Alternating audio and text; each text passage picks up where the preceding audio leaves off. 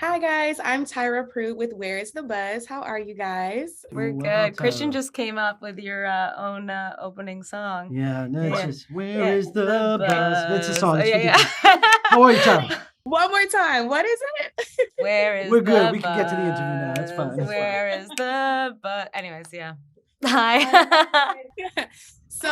Pray for the Devil. Oh my God, this movie literally had me on the edge of my seat the whole time. I just want to know what attracted you guys to this role. To the role of playing Anne. Well, one, she's Yeah. the first female exorcist, which is pretty badass. And two, she's incredibly complex. She's flawed, which I think makes her a little bit more human. Um, the courage she has, I think, is incredibly inspiring. Yeah. Yeah, I think that there's a duality in Father Dante. That he comes from two different worlds. I like playing that. I think that's challenging.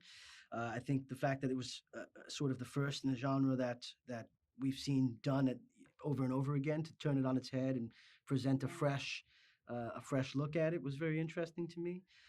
And of course, we shot this in the middle of a pandemic, so we felt incredibly grateful to be working at a time where a lot of people were losing their jobs. A lot of people were worried about, how they were going to put food on the table, and so it felt like an honor, to be working at that time. Yeah. Now, speaking and like going back to like how this story of exorcism was flipped, um, do you guys believe, from what I got from it, if you're carrying guilt, that can lead to, dark things or evil things. So I guess, do you agree in that sense, like dealing with guilt can lead to darker thoughts or beings?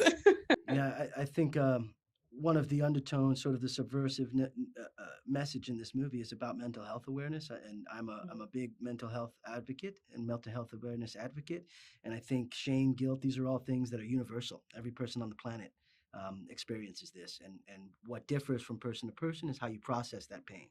And I think this movie is about that. It's about Sister Anne processing that pain and moving forward and becoming a champion, being rooted in that pain, right? And I think it's important. I love that you got that from the movie. I love that you took that away from it. Yeah.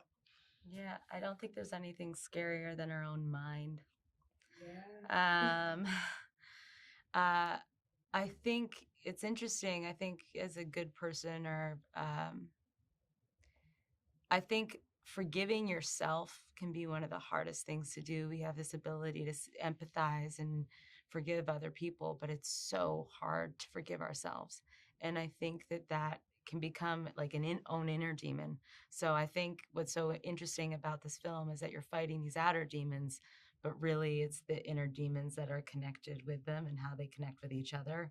Um, Both of which I think, they I think depression's a real reality, and we saw like a spike in that during COVID. So it's addressing a lot of things that are very current. Yes. Now, Jackie, your character, like we said, she dealt with a lot and she Oh was yeah, still, she did. yeah, but she was still very strong, badass. Like, I deserve to be here. How did you dig into making that reflect on camera when, seeing that role? That's a really great question. Well, I just think she's dealt with so much as a child that what her ability to cope in situations that would normally freak other people out, it's almost normalized in her from her perspective. She Yeah. has seen so much, which also I think allows her in this film to be able to focus on the victim when other people would freak out or fight the demon or just like don't know how to deal in those situations. She can tone it down, level out, compose herself because of the past that she's had. Yeah, I love that. And then my last question, the scene where you were brought to um Christian's sister, well, not Christian in the film, but There you yeah, go, to her Dante. house to do the exorcism.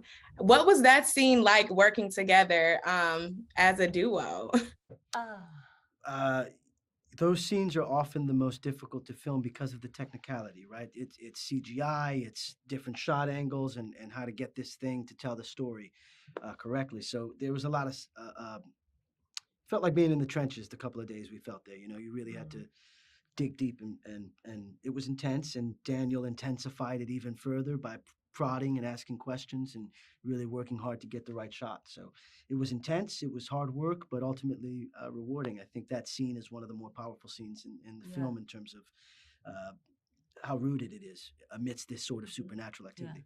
And then Cora brought it. The woman who was getting possessed really brought it in that scene. What I think is so interesting, because I had this whole idea of like when he's putting the holy water on me, that like I haven't been like touched by a man in so long, and it's such like an intimate thing. And I remember like doing it and having him like touch my forehead and just like having to deal with the duality of like a man touching me and also like going to fight this thing. And then I watch it, I'm like, that doesn't play at all. I'm like, that was my own experience I was living in, but it's yeah.